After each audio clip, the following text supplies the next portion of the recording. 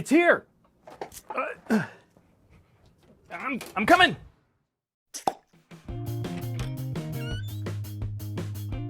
Ooh, I'm so excited! All right, let's grab this. Oh, I gotta get it out of the box.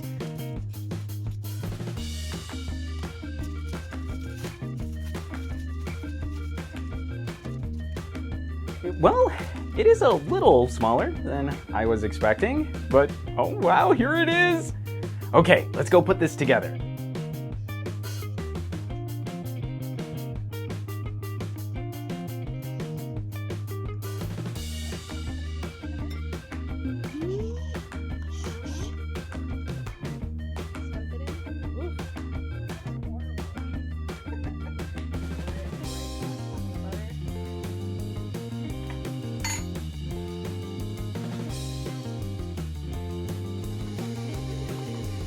Dang, it's a good thing I'm not gluten-free, Google.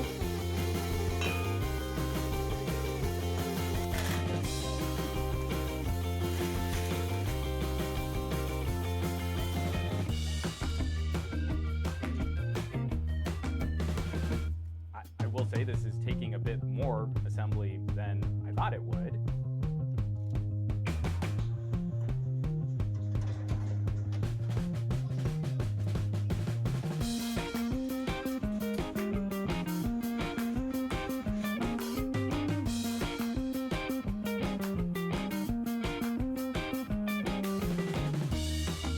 And here we are, 100,000 subscribers. I'm so honored. This is such an accomplishment. Thank you so much, Google. Okay, we're good? We can move on with the bit. Other stuff to say. All joking aside, here's the real play button. And I really want to be more excited about this, but my feelings are a little complicated. Two conflicting ideas. How I feel about YouTube and how I feel about the folks who have been supporting my channel over the years. Let's start with YouTube. YouTube?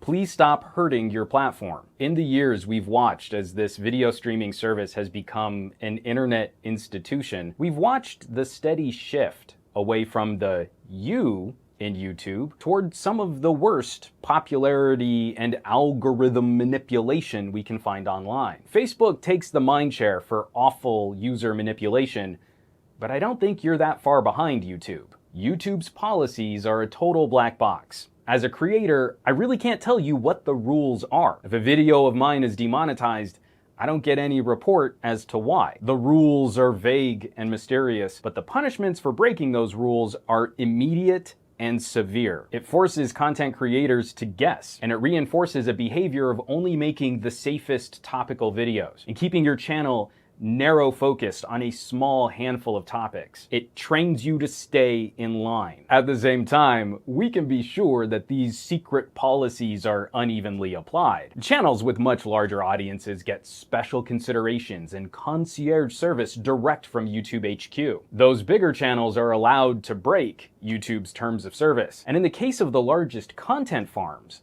they're rewarded for it. While I sit here with this plaque that I've been grinding to try and get, it's a bit galling to know a farm of channels are holding unboxing parties for gold play buttons, appeasing the algorithm, playing by the rules, or gaming the algorithm and breaking those rules. It's all kind of the same thing now.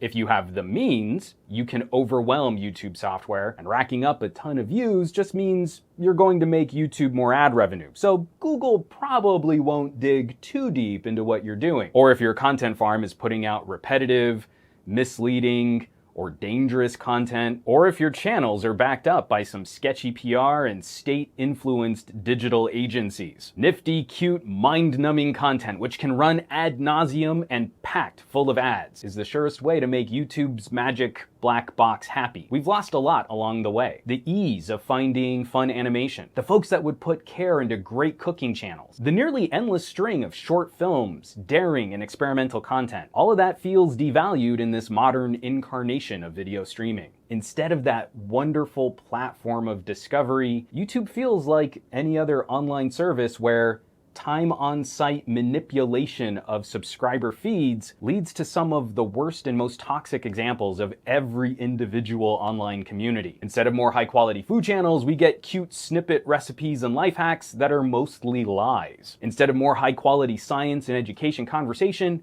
It only takes a video or 3 before YouTube is serving up the worst pseudoscience and conspiracy theories. Instead of crafting well-researched tech reviews focused on finding the exact right fit gadget for a specific consumer, it's just easier and more profitable to highlight the top 2 or 3 most search popular options. There was a time for me, not that long ago, where getting this was a serious goal. Which brings me to part 2 of this video, the folks that have been along for the ride. Holding this now, the recognition from Google, isn't what matters. I started my channel with kind of an old-fashioned goal. I wanted my YouTube channel to be my forum. Each video was a forum post, and the comments on those videos were the forum conversation. But that's what I cared about most. Starting a conversation. My videos shouldn't serve as the final word. I'm not really trying to be the expert that tells you how you should spend your money or who confirms your bias.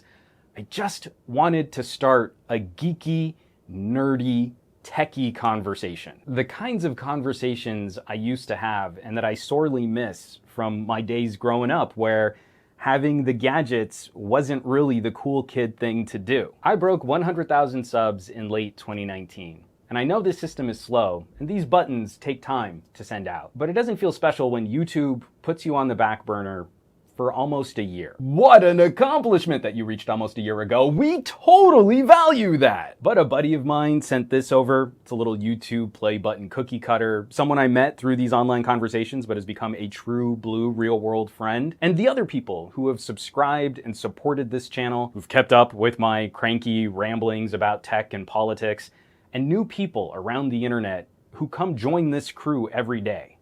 And we're not the biggest, but we're talking.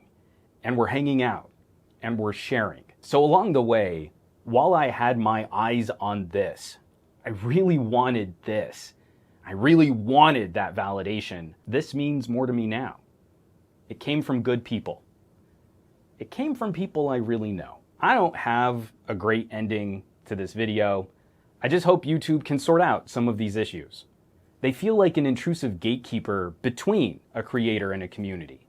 They don't feel like a facilitator helping a creator grow. YouTube, I hope you'll stop burning out creators, as even some of the largest channels on your platform experiment with things like podcasting to have more control over their content. I hope you'll figure out better ways to serve up and monetize quality to improve the experience for viewers. But more importantly, for me posting this as another cranky rant about the platform I'm on, this is the right time to say thank you. Thank you to the people who tune in. Thank you to the people who have supported, contributed, and shared.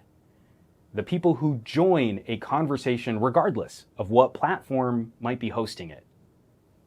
That means the world to someone like me. Community goals aren't metrics and trending topics and ad revenue. A community doesn't get better for having the best sourced keywords, SEO, verified topics, and the dignity-eliminating clickbait thumbnails. Wherever we go from here, the conversation is the thing. Thank you all so much for watching, for sharing, and subscribing. And I'll catch you all on the next video.